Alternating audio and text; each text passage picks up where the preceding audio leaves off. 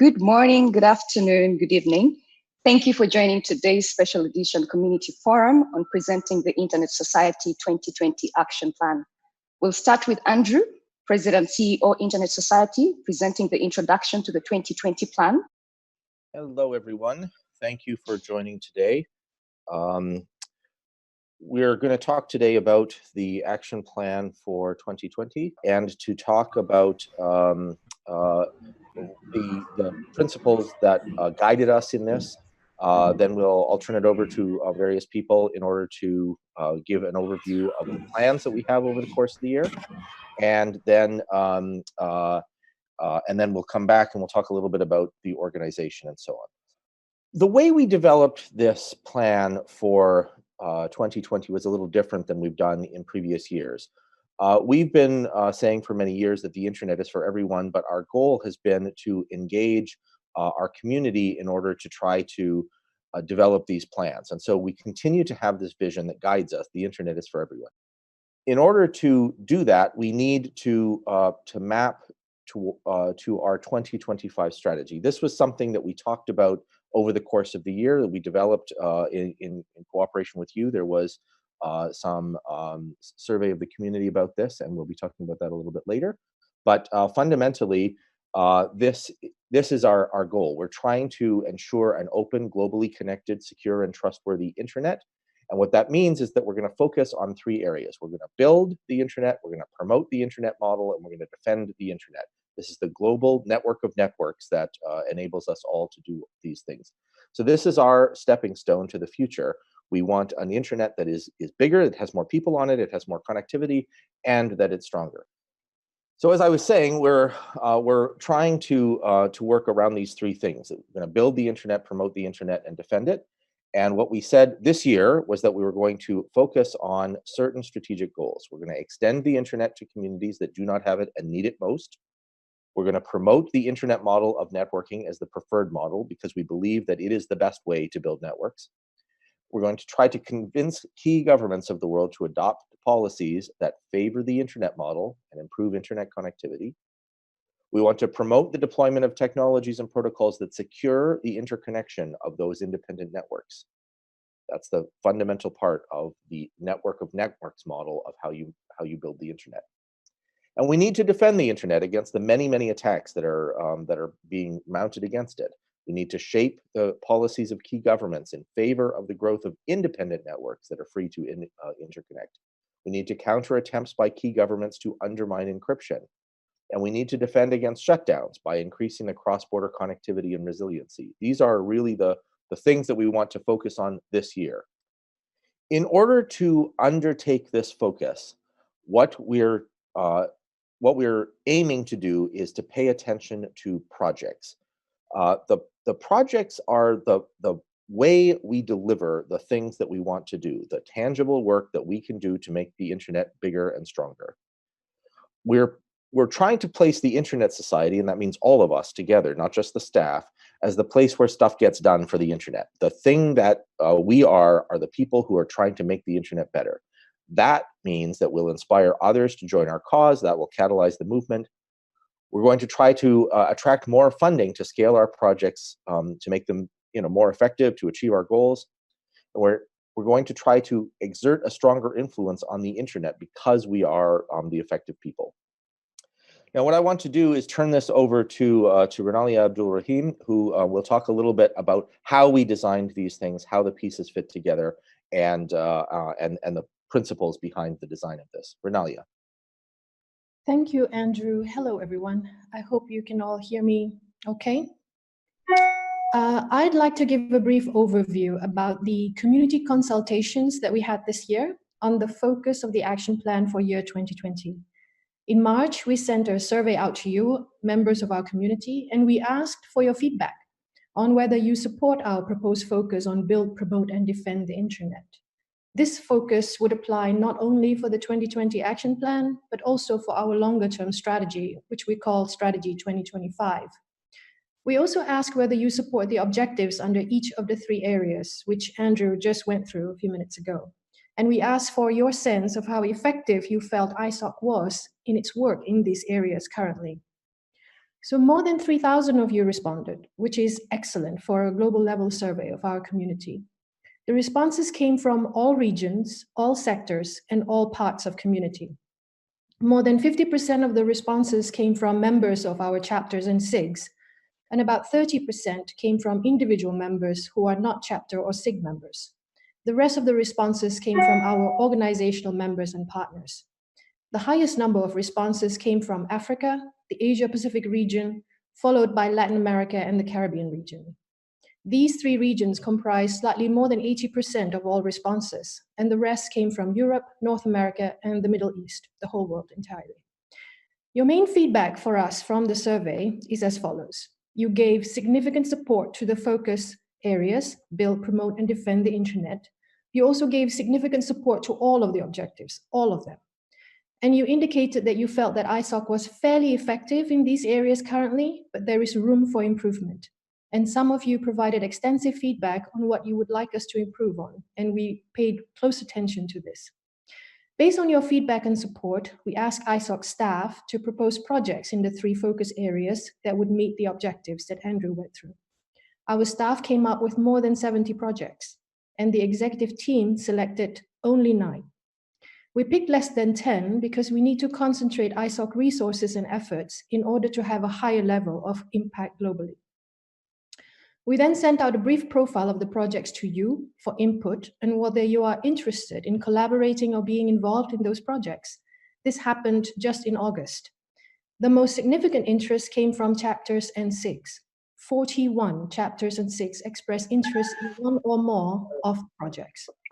So recently, in October, we reviewed the 9 selected projects against organizational and staff resources that would be available in 2020. And we determined that we needed to fold one of the projects, the one on internet shutdown, into 2 of the other projects. You will hear more about this during the project's presentation, and this is why we ended up with 8 projects instead of 9. Let's go to the project's overview slide, which is the one that you have on right now, perhaps. On this slide, you can see that from a focus on build, promote, and defend the internet, we're essentially working on the internet growth, making the internet bigger, we like to say it that way, and making a stronger internet. 3 of the projects are in the areas of internet growth, and 5 of them are in the area of stronger internet. All of these projects are meant to help us achieve our strategic goals, an open, globally connected, secure, and trustworthy internet for everyone. We are also committed to measuring our impact and effectiveness at all levels, the individual level, the project level, and the organizational level. Key performance indicators are being developed and will be reported upon and shared with our community and the public via an impact report that will be issued annually.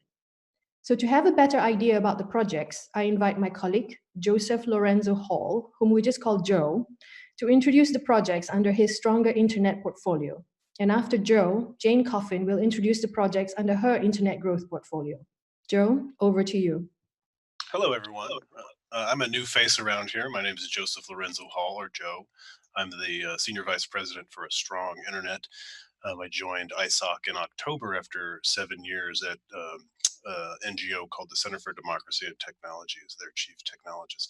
Really excited to share with you 5 Internet Strong projects today. Let's get into it. Next slide, please. So the very first an anchor project we talk about in terms of promoting the internet way of networking.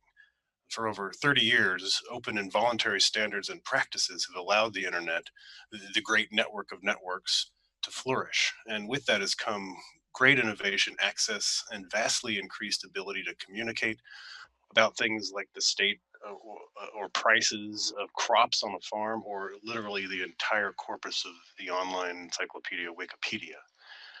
However, recent years have seen governments take a more sovereignty-based approach to regulating the internet, and at the same time, a few powerful companies and actors have increasingly consolidated control over internet infrastructure and the data that flows over it.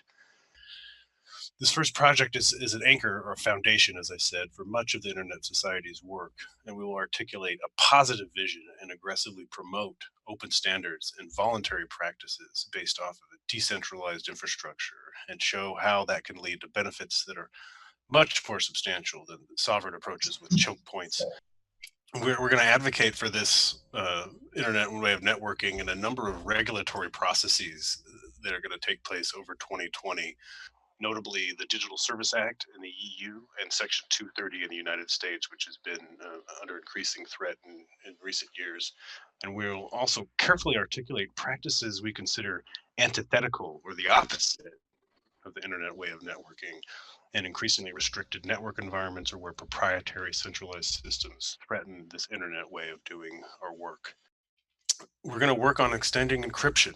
Encryption has been a focal point for battles commonly referred to as the crypto wars for almost 25 years now, and these battles continue. Some governments see strong end-to-end encryption as a threat to law enforcement, things like fighting terrorism and public safety, but nothing could be further from the truth. What we do here is trade one type of safety for another type of safety. And encryption is literally the glue that holds the entirety of our online lives together, from our financial transactions to health records to communications between each and every human online. And we've been making great strides in encryption technically, but in the policy and advocacy arena, it's still quite a bit under threat. We have two big goals for our encryption advocacy work in 2020. The first is to really work on creating a powerful, intuitive narrative around how vital strong end-to-end encryption is to life in online environments for a variety of audiences, everyone from lay people to the technically informed folks. And the second big goal is to, with the Internet Society's unique global reach and unique set of expertise, both internal to ISOC and with the larger ISOC community, we're going to create a diverse set of coalitions that span the entire globe to help support strong encryption. So wherever it's under threat, there'll be people there to advocate and explain why it's important. We have 8 countries we've identified as places where encryption battles are likely going to pop off next year, including Australia, the United States, the United Kingdom, Canada, India, Germany, France, and Brazil. Manners. So this is about securing global routing. I can't tell you how many people I talk to who really have no idea how things get routed on the internet, and they shouldn't really. Most people shouldn't have to worry about those kinds of things. But unfortunately, reliably routing around the world is a critical block, a critical building block for a trustworthy global internet. And unfortunately, there is still just too much opportunity for injection of false routing information that can either be erroneous on error, or can often sometimes be people trying to impersonate certain networks to steal Bitcoin and stuff like that. Manners, the project that we've had at Internet Society for many years now, tries to overcome this by setting a set of norms. This is Manners, right? Means mutually agreed norms for routing security. And this Manners sets a baseline of concrete actions that network operators and folks who have networks can use to decrease the potential for false information or erroneous information being injected into the global routing infrastructure. And right now, Manners is a growing and global community of more than 200 networks and network operators around the world who have agreed to adopt these kinds of protections. In terms of 2020 work, we have a lot of things that we're focused on doing. We want to make sure we grow the Manners community, so have many more networks and network operators joining Manners and agreeing to implement the requirements. We want to mobilize a much broader set of external communities with awareness of Manners, so not just internet service providers, but and internet exchanges, but things like content distribution networks, which are increasingly people's first entry point into the internet and the web. We want to improve the measurement of routing security so that we know how good we're doing, or if in fact we're creating problems, and we want to increasingly build capacity among network engineers so they understand these sets of requirements. We hope to double Manners membership in 2020 and include new kinds of organizations, such as content delivery networks, as I said before, and we're going to get the Manners Observatory, which is a measurement platform that measures the impact of Manners participants' actions. We want the Manners Observatory to become a production service, incorporating all sorts of information about IXPs and improving the data quality and sustainability. I really love time. Feel free to talk to me about it some other time if you like time too. Time is this really interesting concept that we all have to agree on in order to do our work. And accurate time is really important for the internet. There are all sorts of things that depend on accurate time. A lot of general purpose security mechanisms, such as when you set up a encrypted communication, it depends on having very accurate time for things like certificates. And digital signatures, the things that, for example, protect your software updates when they're coming down from a company that gives you software. All those things depend on having accurate time, or people can do bad things.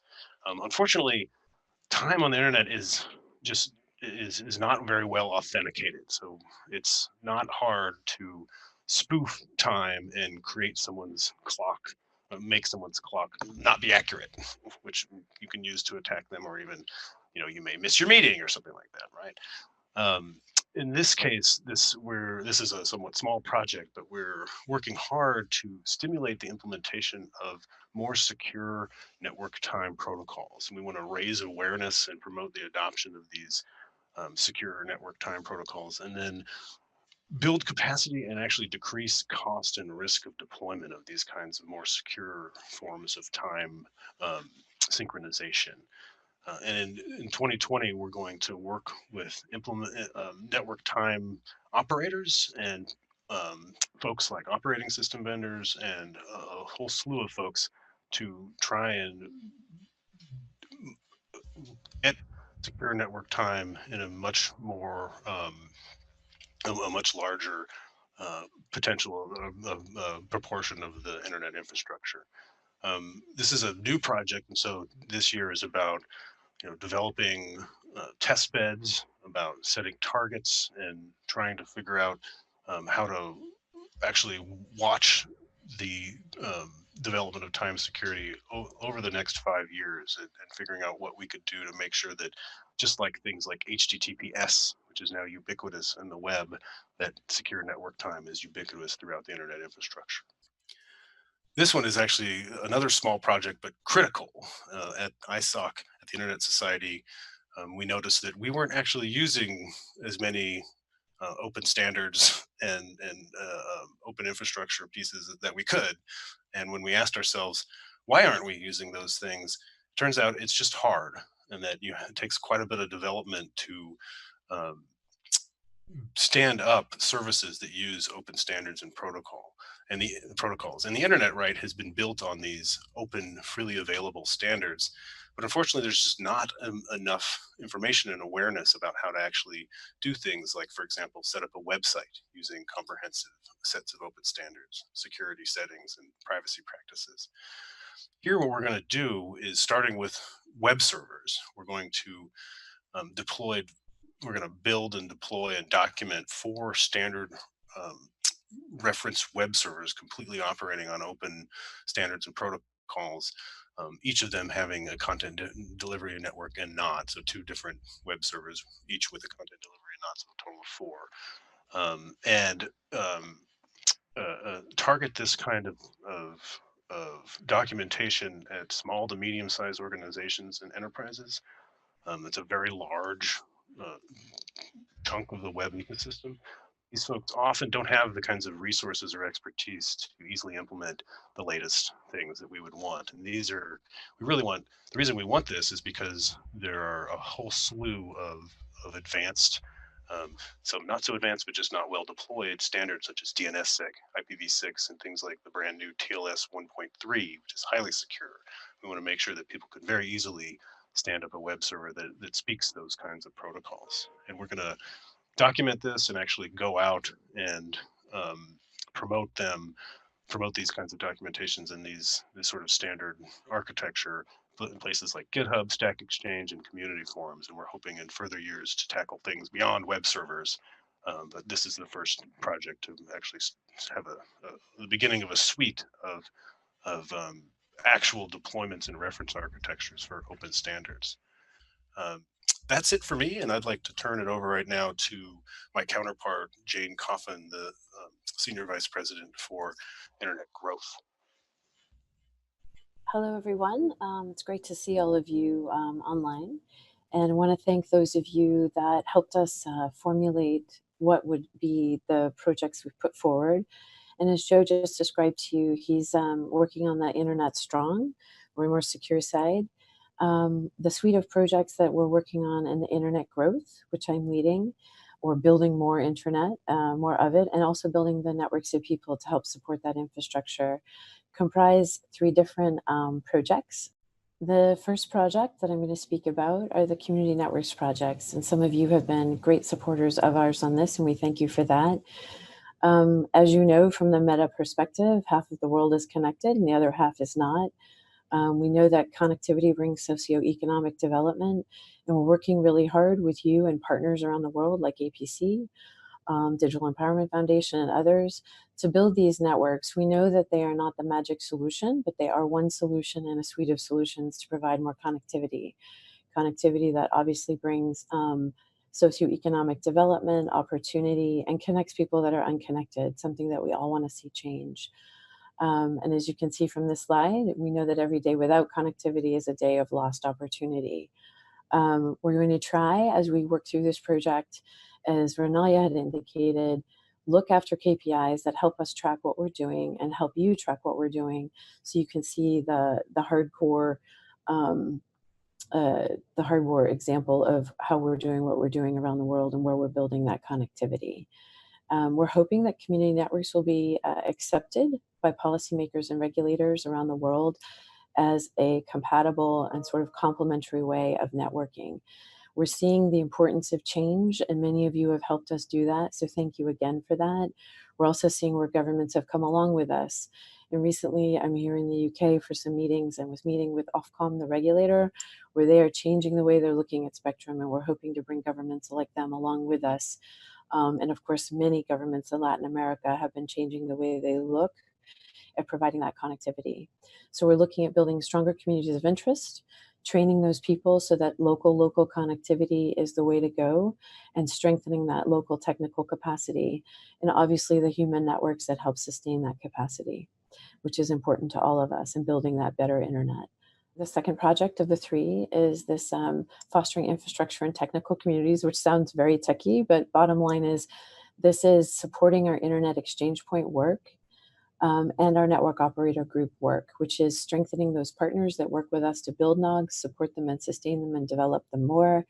And the same with the internet exchange points. As many of you know, this is basic local infrastructure that in some countries doesn't exist and does not allow that cheaper, better, faster internet.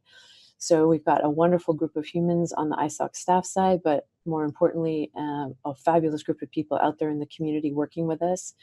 We've brought so many people along from the training side to the helping us implement the development and sort of leveling up, making the IXPs better, that we've seen such great success across Africa, Latin America, Asia, and Europe, quite frankly. And so we're working with our communities of interest, a lot of the iStar, internet registries, and others to do this work. The importance of that work, as highlighted by Rinalia before with the KPIs, is that we'll be tracking this work so that you can help us track our progress. And we're very interested in making sure that we're working with many of you to do this work, both on the community network side, the internet exchange point side, and other. So some of the outcomes of our work in 2020, we hope to support the creation of 5 new IXPs, strengthen 10 in existing IXPs, and support local internet growth in general. Because as many of you know, the IXPs are enablers of the internet ecosystem and growth. And training people in key geographies, we'll be working on that and letting you know where that will be. And we'll be looking at creating the seeds to sow for sustainable communities. You can't do anything without the data that you need, and this has been a key thing that Andrew has been implementing across the organization since he came in. And given that many of us do track that data and work with other communities of interest, we need to start thinking of ways to highlight measurement better, not only for our own projects, but for partner projects. So we're trying to position ourselves as a key reference for understanding the state of the internet's health and infrastructure. And I should have mentioned before that we have great staff who are leading on community networks. That'll be Juan Perano and Max Stucci. On internet exchange points, it's Machuki Mwangi and Christian O'Flaherty. And here on measurements, it's David Belson and Matt Ford, key people who have been working throughout the community and with many of you for years. And so we're positioning our project leaders as some of our key experts to work with all of you. So on this project, we're looking at creating and launching a web-based dashboard for public consumption, meaning something that you can take a look at and take that key data and solidify that evidence-based policymaking, regulatory change, and also just solidifying the points that you make with different stakeholders in the regions. It's also an attempt to increase awareness about the internet and the internet model through promotion of this dashboard. And it's the internet way of working that Joe was talking about. All of these projects are symbiotic, but they're also key to supporting some of the work that Joe and the teams are doing with all of you in the future. So there'll be cross-pollination from, say, the internet exchange point work to manners, because we'll be working to make sure that we help with secure routing by bringing some of that data from the manners team into the IXP work that we do. So all of this has a bit of a symbiosis, and we've been taking great care to try and bring that in with what we do. And we thank you for all of the responses we've gotten to some of the questions we've asked about what you thought was important to do in the future. So please look forward to working with us, and we'll be reaching out to you more and more. And just a huge shout out to the community and our chapters for all the support you've given us and all the work we plan to do with you in the future. So thank you. I'm going to turn it over to Rinalia now to talk about partnership. Thank you very much, Jane. So apart from the 8 projects, we are going to continue 3 of the existing initiatives that we've done before. The first one is the Internet Hall of Fame, which to basically inspire new generations of Internet leaders and to honor our Internet pioneers. The second initiative that we're going to continue is the Jonathan B. Postel Service Award to recognize leaders in the development of the Internet. And also we're going to continue a very special conference referred to as NDSS, and that stands for Network and Distributed Systems Security Symposium. This symposium ranks among the top 5 security conferences in the world, and it is actually quite critical to build the research community that makes the work on security and trustworthiness of the internet possible. And so this is about community engagement and outreach. And here are the things that we would like to do and to improve upon. We would like to strengthen our engagement with our community by having a better idea about what you are interested in and connecting with you better on areas of shared interest. And so we would like to have a lot of information from you. We would like to focus on improving chapter health across the board, and we would like to broaden our organization's membership. In addition to that, we would like to also work with our global and regional partners through our projects, and at the same time enhance our relationships with them, specifically to achieve our strategic goals. And we would like to continue to be a strong voice for the internet globally. To have a better idea of how we are going to organize ourselves to deliver what is pledged in the action plan, and also to address the question that Eduardo Diaz asked in the chat just now, I pass the mic back to Andrew. Thank you, Rinalia. We just completed a large staff meeting in which we went over a new structure for the organization, and I outlined this in the presentation to the board that was held in public recently. But there are really fundamentally a couple of things to work here, to talk about here. The first is that we want to make it easier to do work across the organization. And that work across the organization does not just mean the staff, it means the whole organization, the internet society, the entire lot of us working together, trying to get things collaborated across the entire society. The other thing we want to do is to really put the point on what it is that we're trying to achieve. So we're trying to maximize the effectiveness of our projects, and that's really what the goal of this of this restructuring of the staff function is all about. So this is a diagram that is something of a schematic diagram in order to give you a picture of what it is that we have, of how it is that we have reorganized things. You can think of this as a diagram that is laid out around compass points, which is why we have northwest, northeast, southeast, and southwest there. But the names are not important. You could call them, you know, John, Paul, George, and Ringo, or whatever you like. The main point here is just to be able to talk about the diagram. The top of this diagram on this picture is really all about the projects. And so in that part of the diagram, we have the strong internet and internet growth. There are two senior vice presidents reporting to me, Jane and Joe. You've already heard from them. And they are responsible for delivering the projects, for making sure that these projects are reach their goals, and also for making sure that they engage the communities of interest in the appropriate ways. In order to support that, we have an Office of Project Staff, which will be led by Sally Wentworth. Many of you know Sally, and she will be leading that group. And this is the primary project staff who are directly devoted to these projects, to the projects that were just laid out for you. On the south of this diagram are two portions of the organization that are really for ongoing things. So you can think of the projects as having, you know, clear and distinct beginnings, middles, and ends. But on the south of this diagram are the things that continue from year to year and that support the entire operation.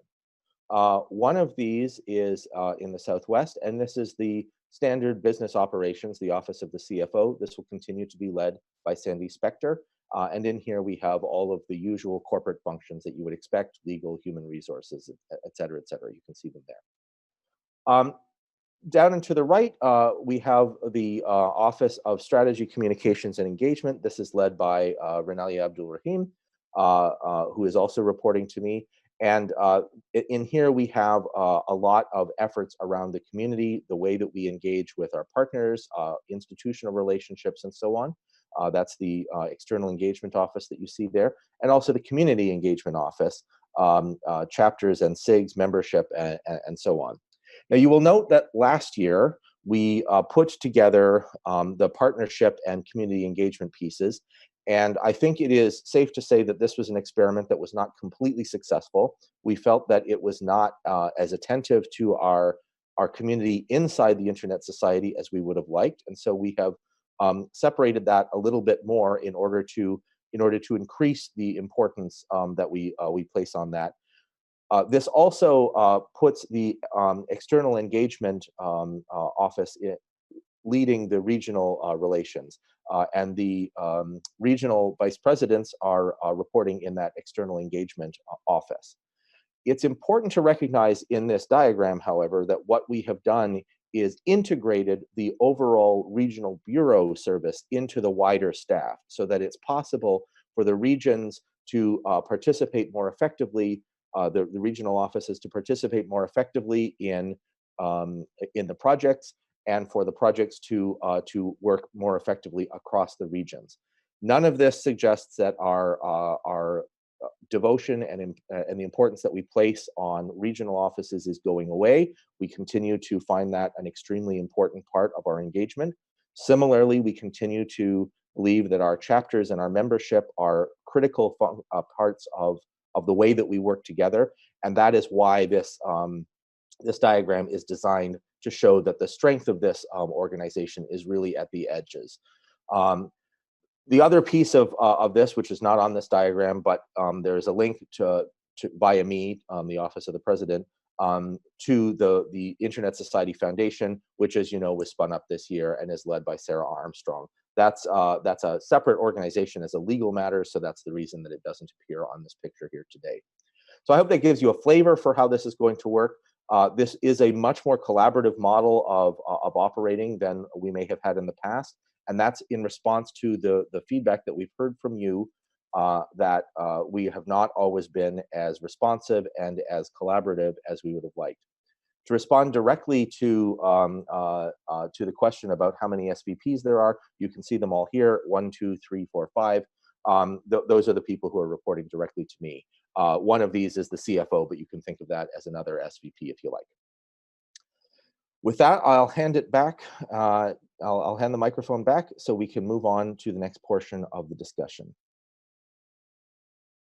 Thank you very much, Andrew. Good morning, good afternoon, good evening, everyone. For those who don't know me, I'm Joyce Dogniez. I'm VP Community Engagement. I hope you are all as excited as I am about the Action Plan 2020 and the projects that we have identified together. Thank you, Andrew, Rinalia, Jane, and Joe for walking us through the projects and also how this all came together. I think it was an important piece of the puzzle to address here. I'd now like to open the floor for questions about the Action Plan 2020 and the 8 projects as you've just heard them. Let's see what we have in terms of questions already. I know there was already some discussion on the chat, so I'll see if I can drill out what we have. So I know Fred Baker from the US has had a bit of a conversation with Aisha, I believe, from Malaysia already on suggestion, and this is for you, Joe, on a suggestion to convince governments that encryption is important. And the suggestion from Fred was that might we identify ways that the governments in question use and depend on encryption. For example, in the United States, mentioned type 1 encryption and its uses. There's been a bit of a chat already, but Joe, is there any comments you want to add to that? Yeah, yes, and thank you for the question between the two of you, Fred, and the other person whose name escapes me. So one of the things that we really hope to do, it may not happen this year, but it definitely is a key sort of metric for our success over coming years, is that things like exceptional access is a term for governments requiring companies to build essentially backdoors, ways for them to access the unencrypted information that is being encrypted in a communication, or on your device if it's not actually involved in a communication. But we hope that within a few years that governments recognize that these exceptional access mechanisms are not going to help secure things. In fact, that they will create more weaknesses and liability, especially from a cybersecurity perspective. That they'll create more trouble than they're worth, and that we have to find other ways to counter those kinds of threats, including actual police work, which is very difficult, and changing how we think about how law enforcement and intelligence services actually do their work. The evidence right now is that encryption is not the thing that is thwarting them in their work. It's more understanding the technical aspects of these systems, who to go to with a request and things like that. So they make a lot of noise about encryption, but it turns out in many cases that's not actually their problem. So we hope to emphasize that, look, that you will do more damage to your economy, to society, to a whole slew of things by trying to include these kinds of mechanisms in these or mandating these kinds of mechanisms in the technology of the internet infrastructure. Thank you, Joe. And I believe that with this, you actually answered the question from Emmanuel from the UK already, who had a question about how to balance the user privacy with the threat of online criminals. So unless you want to add something specifically around that, I'm just looking at you while I say that. No, I'm good. So in that case, we have the next question was from Osman, and yes, Jane, it's for you. So how to convince governments to allow, create, and support IXPs? Thank you very much for the question. This is something we're working on with our teams more and more around the globe, and we have great experts in Asia that we are working with as well, Osman. And we can actually, work with you directly to help you with the information you need. But we've been doing this for many years when we work with policymakers and regulators to understand the importance of opening up market, but also bringing more competition in that allows at that neutral platform, the Internet Exchange Point, to, oops, sorry, they're doing construction in my hotel, to allow for more internet growth and sort of cheaper, better, faster traffic. To make a simplified version, we'll be working with the community to also put out slide decks and more information. We can do some training with you directly if you need be, so that we can give you the key data points, as we were talking about with the measurement side, and some of the experiences around the world to support you, because sometimes regulators and policymakers like to hear that there are 400 IXPs around the world. There are 15 governments who've done A, B, and C or supported them. So we absolutely can help you do that at the local level. And the key thing I want to stress on all of the work we're doing on the infrastructure development is that local training and the local connectivity. We don't want to be a single point of failure. Even in the region with you, we want you to be able to take that information, grow those debates, and help you develop IXPs, more infrastructure. Thank you, Jane. The next question, we're going to stay with you for the next one as well. So Fred had a question on, will non-technical threats also be in the dashboard, the measurement dashboard, or mostly the technical state? It'd be great if we could understand what you mean by the other than non-technical threats, but Fred, if you mean governments, that might be an interesting thing we could talk to you more about, but we want to take care that we're being respectful when we're working with countries around the world. So if you could give me some examples, I can help better answer that question, or I can turn to Matt or David, who are both on the call. I'm happy to do that. But we're still framing that dashboard, and if you have suggestions for us, we'd love to have your thoughts. And you can reach me at coffin@isoc.org, or Dave Belson, BELSON, at isoc.org, and Matt Ford at isoc.org. We're happy to help you with that, with any suggestions you have. The next question, I believe, is easier to respond in the chat, is where can we find the links about the grants? So I'm going to ask one of the colleagues to type the website of the foundation here in the chat. That would be very useful. That was for Bhuvana Meenakshi. I hope I did pronounce that correctly.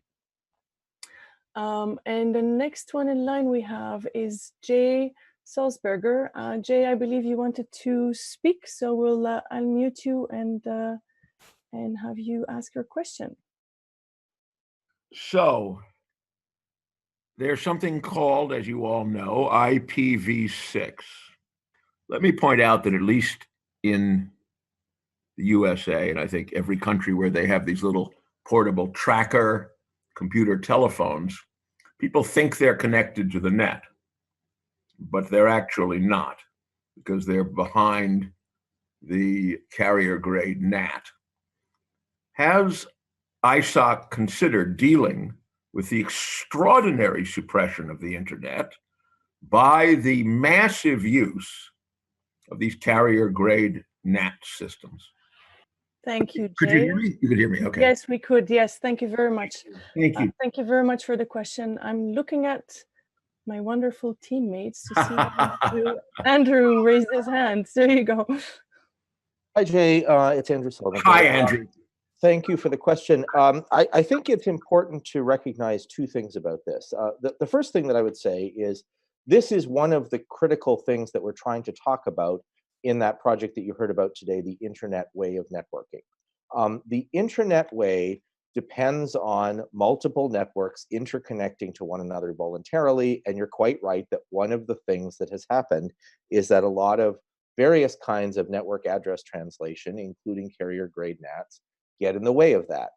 But the second thing about it, and the reason that I'm excited about that project as well, or another reason I'm excited about it, is because it talks about how the internet way builds you a better, faster, cheaper network that is improved over other kinds of networks. And yet it has all of these additional benefits. It has all of these qualities that we like about the internet. This is a fundamental fact about the internet way of networking, and it's getting suppressed in a lot of the discussions about this. Because one of the things that we have discovered is that large-scale carriers who have deployed a lot of carrier-grade NAT quickly find that actually it's expensive and unreliable. That what they're trying to do is get rid of some of that carrier grade NAT that they've deployed, because it turns out that it doesn't work very well, and their customers call them up and complain, and that raises their costs. And the better that we can do a job of explaining this reality to people, the fewer people who are going to embrace those kinds of technologies and go off and build them again. So that's actually one of the critical things that we're trying to do with the internet model of networking, that we're trying to show people, hey, look, this model puts you in charge, and it allows you to deliver what you want. I'll also point out to you the link that Fred Baker put in the chat. It's a great picture about how IPv6 deployment is uneven. But you know what the speculative fiction people like to say, the future is already here. It's just unevenly distributed, and similarly, that's true of IPv6. Thank you, Andrew. Next question is from John Moore. Hi, John. I will combine, I think, one of your two questions that you posted one after the other. One of them has been answered in the chat, I believe. So the question from John is, in addition to strengthening the chapters, what specific steps are being considered to make individual membership meaningful? Rinalia, I believe that's one for you. Yes, that's mine. Thank you very much, Joyce, and thank you, John, for the question. And just to emphasize again about chapter training on leadership and effective management, I think the team in Latin America did very well, Nancy Quiros in particular, and we are definitely planning on scaling those training up to the rest of the world in other regions, and our chapter team is very excited to take that on. Regarding making individual memberships more meaningful, we are working on engaging more individual members through our projects, because that is the focus of the Action Plan 2020. So that's the primary channel. And once we've aligned those individuals who are interested in collaborating and working on those projects itself, we will move on to working out our individual membership strategy more extensively once resources become available next year. Thank you. Thank you, Rinalia. The next question we have is from Prasad from Sri Lanka, and I'll take advantage of this moment to say congratulations, because he has just been elected as the chair of the chapter. So congratulations to your new appointment, and thank you for the passion you're putting in there. So the question from Prasad is, what part of ISO Global can take to influence the internet operators in Sri Lanka to provide more internet coverage, specifically in the northern and eastern part? Can ISO Global be an influencer that can push governments to provide, or government in this case, to provide more coverage? Jane, I'm looking at your end while I say the question. Provide more network coverage. That's part of our community network and IXP program programmatic work. And again, as I've noted in the chat, we're happy to work with anyone and take great suggestions from all of you. The community networks are designed to work in rural, remote, and urban underserved areas. As Andrew had said earlier, those that need it most. So we'll be looking at the communities that do need it most. You know, are they, again, it could be rural, remote, and urban. And that's working with partners where we can support people who are deploying networks directly. That's working with other new partners to start up community networks, and also internet exchange points that strengthen the greater ecosystem and bring more parity and neutrality to internet ecosystems and traffic exchange, and keeping local traffic local. All of that also helps in the build that local internet ecosystem and the human ecosystem of experts. So I should make sure that we're clear that it's not just the technical side of building the infrastructure itself, but it's the human extra infrastructures to support the technical infrastructure. Thank you, Jane, and thanks, Joyce. Most welcome, Prasad. Thank you, Jane. So the next question is from Sharif from the Maldives. Hi, Sharif. I see that the team has already answered the question on setting up the chapter in the chat. So Christine, thank you for that. The second question from Sharif was related to setting up an IXP in the Maldives, and then exploring opportunities for setup of measures for internet service provision. So Jane, that's I think you answered the question with your previous intervention, but I don't know if there's anything you want to add specifically for the Maldives. Just to say that we've worked with island nations in the past to help put in IXPs so it's not exclusionary, and that's an important thing to know for small island developing states. And I recently met with, sorry, they're drilling right above my head. It's quite something. But we will be keen to work with you, and there are ecosystems that we can help you develop. I'll just keep it simple and feel free to reach out to me. Thank you. And to some of my colleague Michuki Mwangi, who's on this call too. It's mwang@isoc.org, and Michuki's worked with countries all over sub-Saharan Africa and the world, quite frankly. Thank you, Jane. Good luck with the drilling there. The next question we have is from Nicolas, I should say, from Uruguay, Nicolas Fiumarelli. So again, Jane, a question for you on IXP and measurements. So in the presentation, you mentioned about IXPs at the borders of the countries to prevent shutdowns. Is there any strategy for this? And I'll pause. There's a second part to the question, but I'll let you answer that one first. It's probably between you and Joe, but. Yeah. Nicolas, I'm sorry, I meant community networks at the borders where we're helping strengthen cross-border connectivity. And it's not just community networks, those are small operators as well.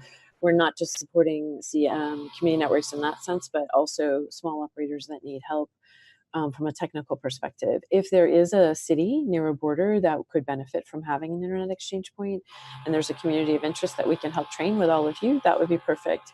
But again, we're not going to try and force connectivity in certain areas, internet exchange point connectivity without a community of interest to support it.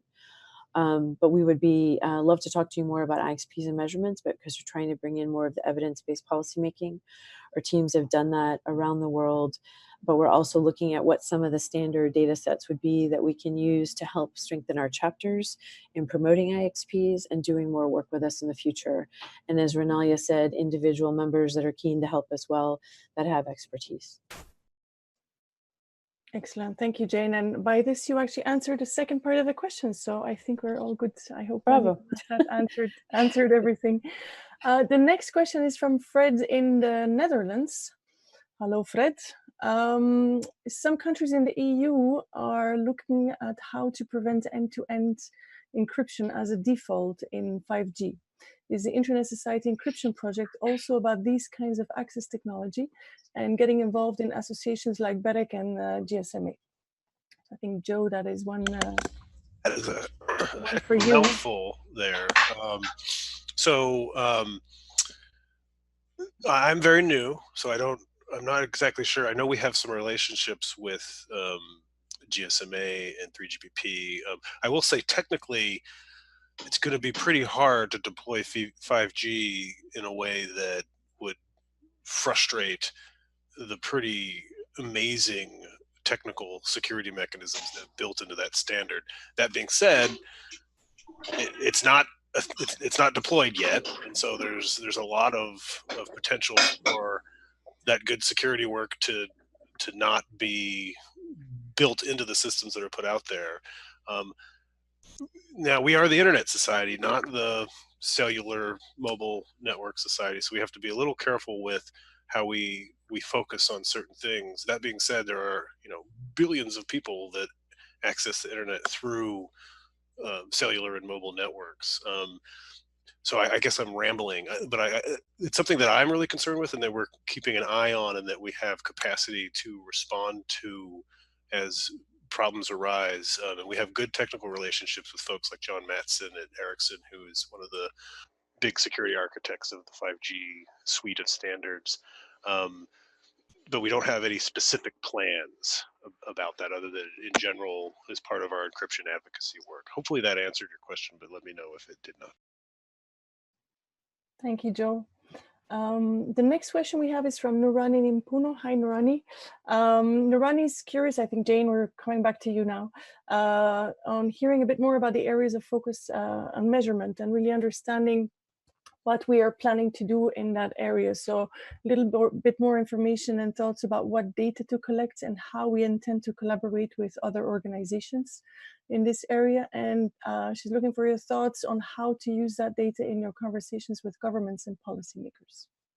Rani, you've hit it squarely on the nail on the head there with how we can work with governments, regulators, and others to help promote more open, affordable, globally connected internet. And so part of what we'll be doing is looking at putting different, we'll reach out to you. We'd love to have a chat with you actually. And we'd bring Matt and David into that conversation because they're the real experts. I'm just supporting them. But on the measurements project in specific, we're looking at putting use cases together based on certain types of measurements that we'll take a look at. Again, we'll come up with that suite of measurements, working with the community to take a look at what we can do to help support the people that do work on shutdowns better than we do. We're not going to try and do what they do. Again, that's we're not going to name the organizations right now because we're still working on this. But we'll get back to you on this for sure. But on the IXP and CN side, we'll be taking a look at traffic levels, generation of IXs in regions, what the different statistics are in volume, where we can look at latency and throughput, and again, putting together with the community, with you and others, that suite of statistics and information on the measurement side so we can make a better case for working with policymakers and regulators to allow IXPs and CNs to thrive. Thank you, Jane. The next question we have is from Rapudo Howie. What is the new role of the ISOC Foundation, and how is it connected to the strategy and alignment beyond 2020? So, Andrew, I think that one needs to come to you. And Joyce, I'm on the call as well. This is Sarah Armstrong, the Executive Director of the Internet Society Foundation. So, Andrew, if you want to start and then I can add, that's fine. I was in fact just about to say that I believe Sarah's on the call. And, oh, okay. And I think we'd be more than happy to talk about this. So Sarah, over to you. Okay, thanks. Hi, everyone. Yeah, the Internet Society Foundation is really a wonderful partner and complement to what's going on at ISOC. So we too are very dedicated to the mission of an open, globally connected, secure, trustworthy internet for all. That, in fact, is what we are going to do. And we're going to do it in partnership with you all. The part that matters the most to this community, I think, is what we'll be doing with the chapters. We will continue to do the Beyond the Net, continue to fund chapter programs, both large, medium, large, and small. So that will happen. But we also will try to achieve this mission and our overarching goal of really impacting humanity through the open internet by also working with organizations that are beyond those that we've worked with in the past. So we have other program areas, including strengthening communities, research, innovation, and disaster relief. And we'll be funding organizations that are going to help us achieve this mission for ISOC and for the foundation so that together we're stronger. And that's the direction that we're headed. We're posting our action plan on the Internet Society Foundation website, so you'll be able to read our direction. There's also a wonderful new crafted mission statement on there that we just posted. So please reach out, look at the Internet Society website, isocfoundation.org, which I did put up in the chat.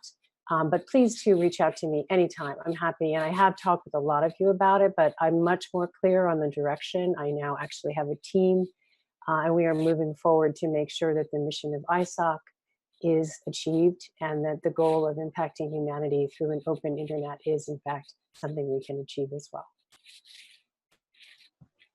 Thank you, Sarah. So the next question we have is from Mexico, LAC chapter ISOC. It says, hello from Mexico. Is there any growth figure for the number of global members? Rinalia, do you want to take that one, or you want me to quickly jump in? I think you should quickly jump in, Joyce. We have the numbers, and we're happy to share the growth numbers. We generally speaking only publish the total numbers, but whoever it was from the Mexico chapter, feel free to drop me a note, and we can show that. I think it's for this. If it's for the chapter specific numbers, we can share that, and the global numbers we can share those numbers with the chapters if that's useful. Thank you, Rinalia. The next question is from Eliza Titus. Are there any M&E measures that ISOC is taking to ensure proper chapter management systems? We have frowns. I'm not sure, Eliza, if we understand the question fully. So if you are there and can speak, then it would be useful maybe to just have a bit of a clarifying comment here. So I just wanted to understand, as we draw into the action plan 2020, I wanted to understand what those other measures that you could be putting in place for chapter leaders to follow, and so that we achieve the action, the action points or the plan that we are trying to move forward to. Or we still follow the same things? I don't know. Sorry. Rinalia's waving. I think Rinalia is ready to answer your question. Thank you, Eliza. I will try. So on the one dimension, what we will try to measure in terms of success is what percentage of our chapter and SIG communities and also other parts of community would be engaged in the projects. And so if the chapters are interested in working with us on the projects, that to us is a measure of alignment and potential success based on the impact that we will measure after a year of implementation. And apart from that, in terms of measures that we have in place, they are related to chapter governance and health. And that is something that Joyce and her team, the community engagement team, is responsible for. And if you would like to know more about that, they would be more than happy to come back to you. Thank you very much. Thank you, Rinalia. Thank you for the question, Eliza. The next question we have is from Eduardo Diaz. Hola, Eduardo, from Puerto Rico. His question is, I noticed that all projects presented are focused on technical aspects of the internet. Are there plans to include projects geared to the community, like, for example, increasing digital literacy and such? Thank you for the question. This is a view that I've heard on a couple of occasions, and I've been a little surprised by it, to be honest with you, because I don't think that most of these issues are really technical ones. There are a couple of narrow technical issues in this list. There is obviously the time security issue is fairly narrowly technical, and the reason we're taking that on is because it's a place where there's a gap. There's the sort of deployment gap. There's not really a business model for time security, and somebody needs to work on that, and that's something that the Internet Society can do. We've undertaken the same thing with manners. Because that's the tradition there is BCP 38 is what you need in order to improve security of routing, and yet actually we've had that for many years and it hasn't happened, and so how can we change the economics of that? So those are ones that are really sort of technically focused, but the rest of them are really more to do with policy. And to do with the efforts around them. So, obviously, actually building a community network or actually building an IXP, there's genuine technology involved in that. But also, building a community network means building up a community of people who understand how to use it, who understand the network that they're engaging with, and so on. This is a critical function, a critical part of what has to happen in those projects. The internet way of working is not really about the technology at all. It's about convincing people that this is a technology that is in their hands and that they have a hope of being able to control themselves. So it's much more to do with how do people engage with this technology that is transforming our world than it has to do with the particulars of any kind of particular technology. And I think that underlying these things are precisely the issues that you're talking about. These are places where we especially hope that we're going to be able to attract the community to contribute to these things.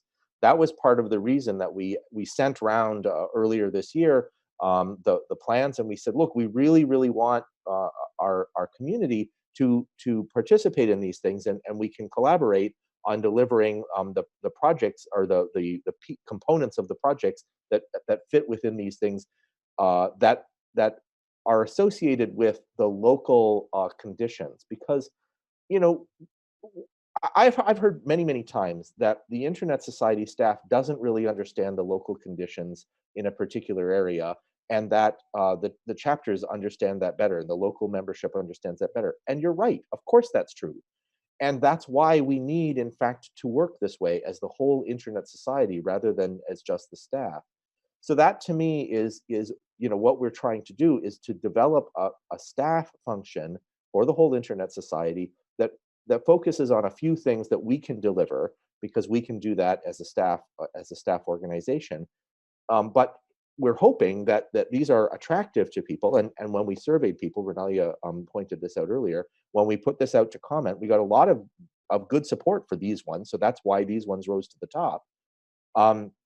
But what we want to do is make sure that the pieces of these that need to be delivered within local communities that are directly related to the issues that people are facing on the ground are delivered hand in hand with our chapters, with our members, so that we have some fighting hope of making the materials that we deliver relevant to the people that we're trying to deliver it for.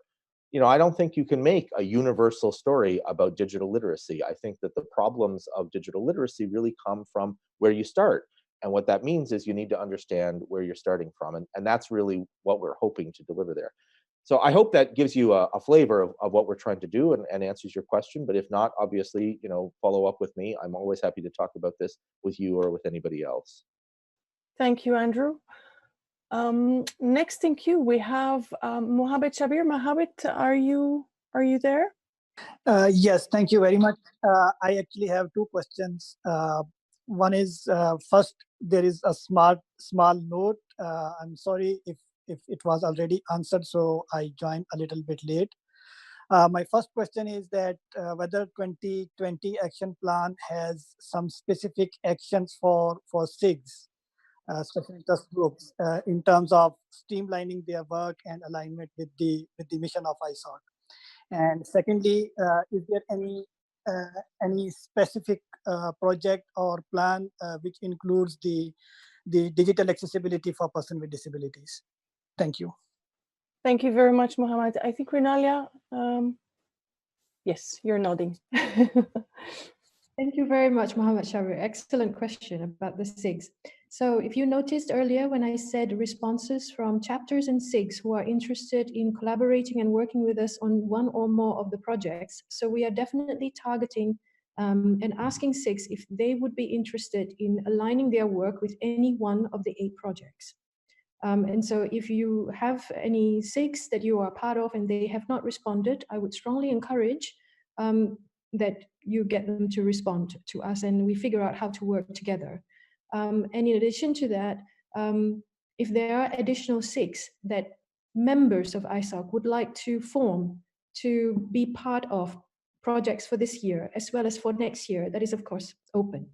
Thank you very much. Thank you, Rinalia. And Mohammed, Dan York, who I know you know very well, will also add some comments on the work on accessibility that he's doing on the website and so on. He will drop a note in the chat for you to pick up. And I know you know each other, so I know you talk to each other on a regular basis. So feel free to reach out to Dan for those specific things related to accessibility in our systems. Joyce, can I ask one question? Hi, Anna. Hi. My question is, can two projects can we bring together two projects? I just try to explain what I mean. For example, we have one project for kids, for kids in school, yeah? And we use this room, this training room for kids all day. Can we organize another project which bring adults at evening time in same school? I remember that many years ago we tried to do something like this. Anna, your question is related to chapter projects, if I understand this correctly. Yes. The best person to talk to about that is probably to talk with Nick, who can help with that. But Nick, I just want to I want to ask maybe something do that thing and have an experience in that such kind of project. So maybe there's something we can discuss on the chapter call that we have. So have a conversation about how we can best do that at chapter level. I think this is not really related to the action plan 2020. So I would suggest that we move that topic to the next chapter call that I know you have on a regular basis with Nick. So we can definitely do that and have a conversation about that. The next question in queue I have, and I have to announce that this will be the last question we will take. It's from Simbarashi, and the question is, how does ISOC seek to balance the issue of policy development and regulation with the technical aspects associated with the use of the net? The concern being that the policy and regulation seems to be an issue in sub-Saharan Africa, in particular most developing nations, and the engagement with technical side of the use of the net. So the challenge therefore is, how do chapters in such environments get the capacities to deal with the policy side of things? I'm looking at the colleagues to see who's waving. Andrew? Yes, thank you. Sure, I can take that. Thank you for this question. I think this is really the heart of what it is to be the Internet Society. If we're going to be the Internet Society, we need to be able to talk both on the technology side and on the policy side at the same time. Because one of the problems, I'm here in London, for instance, and I was at an event last night where this very problem came up, because it was very clear that people were talking past each other. A number of people with technical assumptions were having a difficult time putting their point across to some policy people, and conversely. And I think that this is the really critical function that we can offer.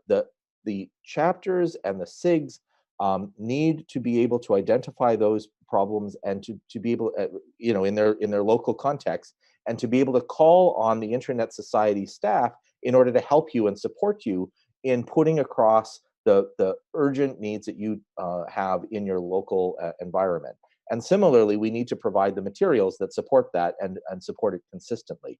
So that is what we are trying to do. That is the goal of the organizational change that you saw, the way that we have structured the portion of the org chart, which, by the way, is the staff org chart. I should have made that clear when I was presenting it earlier, because I am certainly not in the middle of the Internet Society. But the critical function here is to have an organization that can respond to you and can hook you up to all of the experts we have on the staff and all of the experts we have across our entire Internet Society community, so that it's possible for you to be able to reach back and say, hey, I've got this problem locally. I bet you somebody else has solved this on the internet. Can they help me out? That's what we're here to do. That's what the whole Internet Society exists to do. So we need to deliver on that. And I hope that you will hold us to it this year. I hope that that is something that you will ensure that the Internet Society staff delivers to you every time you have one of those problems. That's the core goal of having an Internet Society staff, to be able to support you in those kinds of efforts, because we want to make sure that the internet is for everyone. Thank you very much, Andrew. And on that statement, I can say statement, right? I'd like to thank everybody very much for the participation. Thank you, Andrew, Rinalia, Jane, Joe, for answering the questions. But most of all, thank you all for participating and for asking all the questions. This is obviously very important. We have to get the action plan. The action plan is there for all of us, and we cannot do anything without all of you. So making sure that you are on board and that we have an active participation of our Internet Society community will be critical to the success of the impact that we can have with the action plan. So on that note, I actually have the honor of showcasing how all of you really make an impact at local level, and how you on a daily basis all change people's lives through the internet. And for the third year in a row, we have organized a global chapterthon where members of chapters implement a project at local level. And it is time to announce the winner. You all have participated, submitted your projects, your videos. You all have voted tremendously. We had very high numbers. Since images actually say more than words, I'll let the images do the announcement itself. So Ashlyn, please.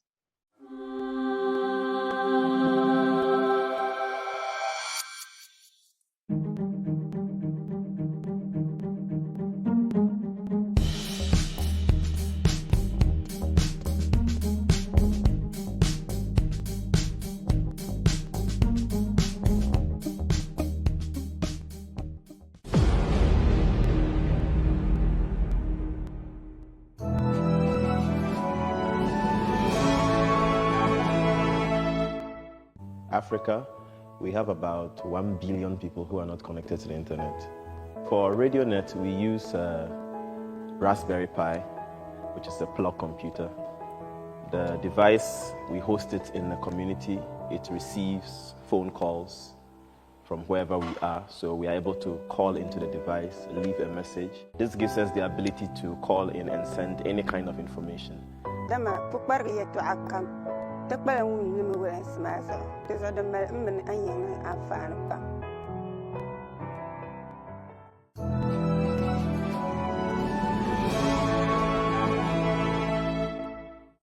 Mandibulise igama lami ndinguzuku uChichifani apha kwingcwala eqokolweni siqala iproject apha ye-Wi-Fi. While South Africa has an internet penetration of 56%, the rural Eastern Cape largely remains an internet dead zone. Solution: help to close the internet gap by helping one village to install and maintain their own network infrastructure. Bakwazi usebenzisa la hotspot bazodinga i-voucher le. Ngokuthi ngokwathenge le voucher umuntu walapha ekuhlaleni uchasa iproject le lapha ekuhlaleni ngokuthi ingakwazi ke ngoku ibe nemali ithenge more hotspot ukuze ilali le yonke ngoku.